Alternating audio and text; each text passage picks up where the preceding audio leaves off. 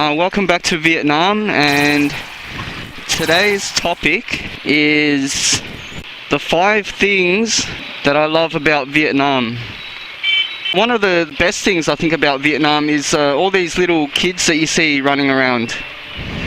They've got real Christian values for a Buddhist country, in terms of there's this real veneration for the family unit. All these young kids you see running around, going to school and just all over the place. You just see kids everywhere. It gives a bit of energy and vigor to the place. You know, if they're good kids, not if they're little brats. But yeah, it's also something worth noting that Vietnam is one of the youngest populations, not only in Asia, but around the world. The median age here is a minuscule 22. The median age of the population here is only 22 years old, which is freaking amazing. That's why you have little kids like that up at 6:30 a.m. selling, I don't know what she was selling, mangoes, I think. The median age is only 22, as I was saying, which really contrasts with the median age of people in Australia, which is nearly double. The median age in Australia is 38.1 years old. So median just means that half the people will be over that age and half the people will be under that age. It's not the average, because the average can be affected by outliers. So the median is more of an accurate figure in determining what the general age is. Sorry to introduce some maths into the equation there.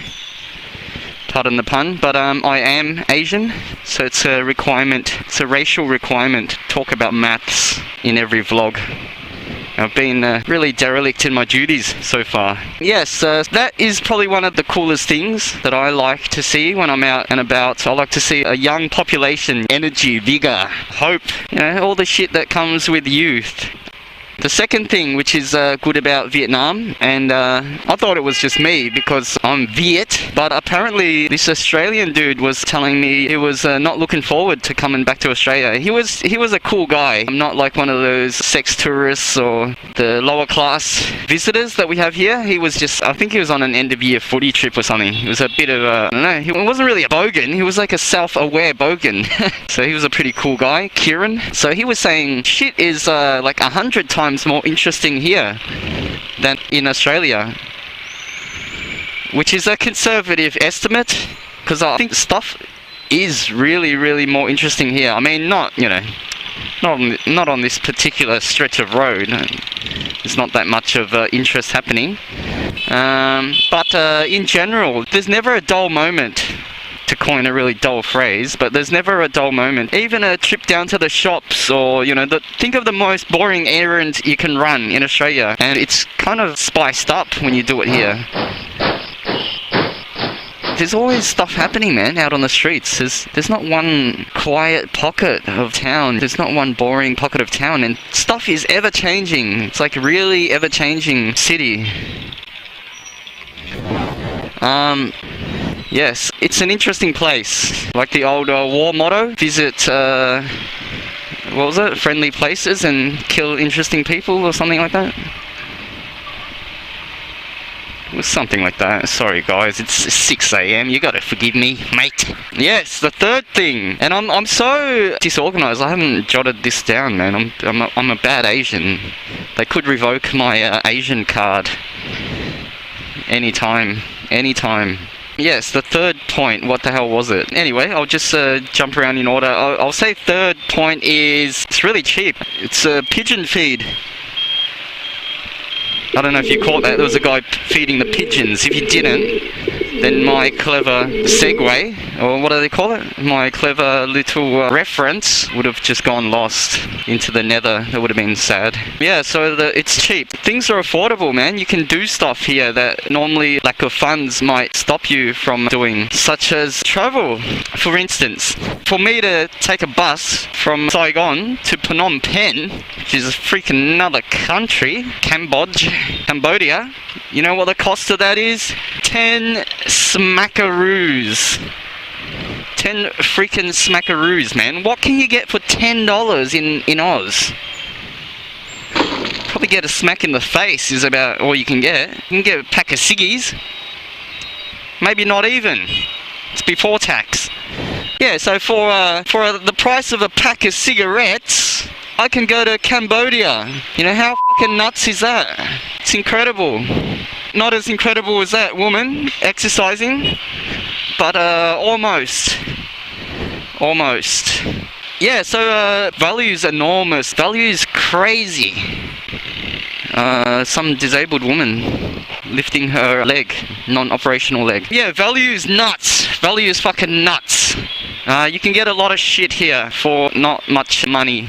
And the fourth point, what the hell was the fourth point? I'm gonna have to go with the ladies. The ladies, not that there's any up at this hour. They're probably the factor that differentiates Vietnam from other poor, you know, interesting countries.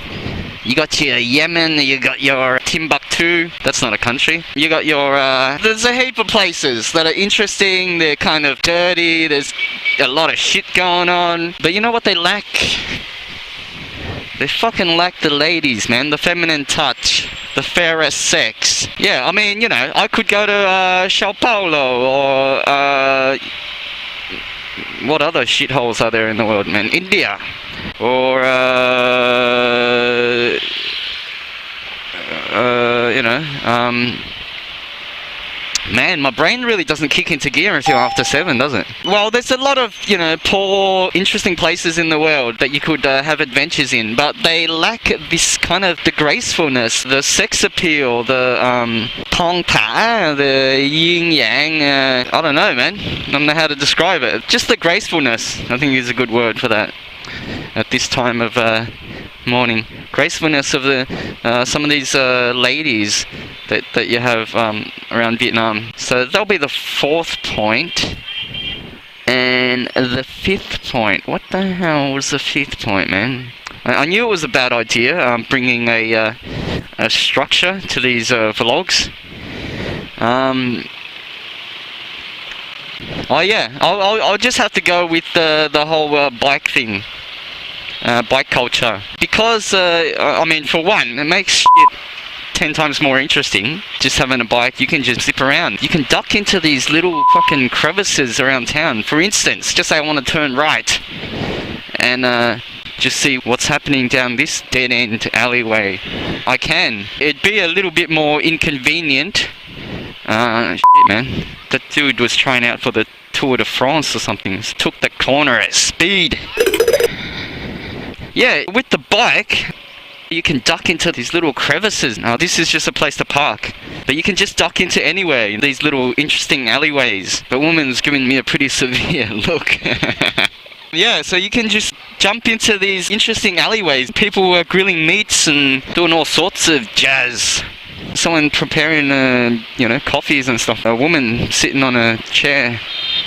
I think she's surgically attached to that chair.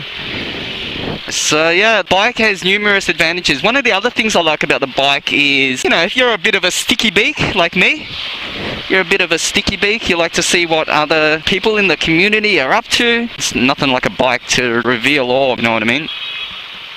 Like, you can see into people's souls. Well, not quite into their souls, but you can see, like, what shit they're transporting or what's going on, what they're doing out on the town. Like, for instance, in a car, I wouldn't know this guy's transporting his daughter to school. And it's kind of interesting the way they transport kids, you know, in this kind of marsupial fashion. they have the kids just protected in the front or clinging on in the back, like a koala style. You know, it's pretty cool. You see all these kids hanging on for dear life with their parents, you know, transporting them to school or wherever they're going, usually to school.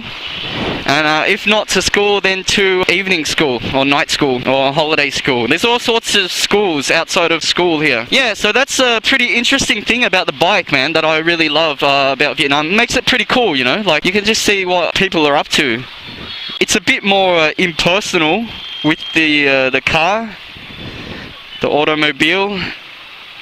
It's not as intimate. Like you can pretty much just see into people's daily activities, man. Like you can see what shopping they're carrying or like whatever, man. It's transparent. It kind of gives this feeling of activity to the place, the city. Motion. It just looks pretty cool. Like you see that people are going up on the bridge, people on their bikes. It's good stuff, mate. It's good stuff here. It's an interesting town. I'm a little bit biased because I am Vietnamese, but there's a lot of honourable traits that we can really admire Vietnamese people for. Like they're troopers, man. They're soldiers. Like all these little kids that you see, like half of these little blighters, they're holding down a job. They're holding down some kind of a job, mate. No matter their age. Like you look at them and you think they're young as hell. They're barely embryos, but they're already working, you know, working for the man. Working for the man. You know, you might think, oh shit, you know, like these kids, you know, they're going to school. After school, you know, they go home, kick back in front of the Nintendo or the Xbox or whatever, you know. Nah, man, that's not the case. Most of these blighters are moonlighting in other jobs. Moonlighting, not other jobs, they're moonlighting at work. Like the kid that, you know, we saw selling the mangoes, man. Like a lot of them do that after school, after they've fulfilled their obligations at school. Kick off the uniform, throw off the thongs, and rush out and man some stands or chop up some veggies or do something productive, you know. I mean, Vietnamese kind of have a bad rep for being rip-off merchants. I'll probably save that for another video. I'll probably dispute that because most of them are pretty honest, you know, what I've met a lot. They're basically pretty much honest but pragmatic. Yeah, so anyway, that's the 5 things. That's my top 5 list of what's cool about the country, the nation. Yeah, to summarize again, the food, the ladies, the value, the bikes, and the youth. Yeah, that's my top 5. I mean, you could probably name 500, but I'll keep it at 5 for now. Anyway, adios amigos, ciao. I'll catch you guys later and enjoy the rest of your life. Toodaloo.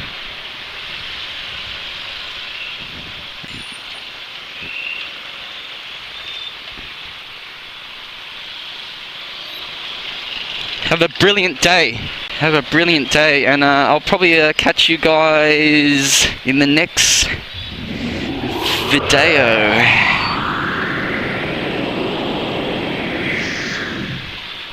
Catch you guys in the next video.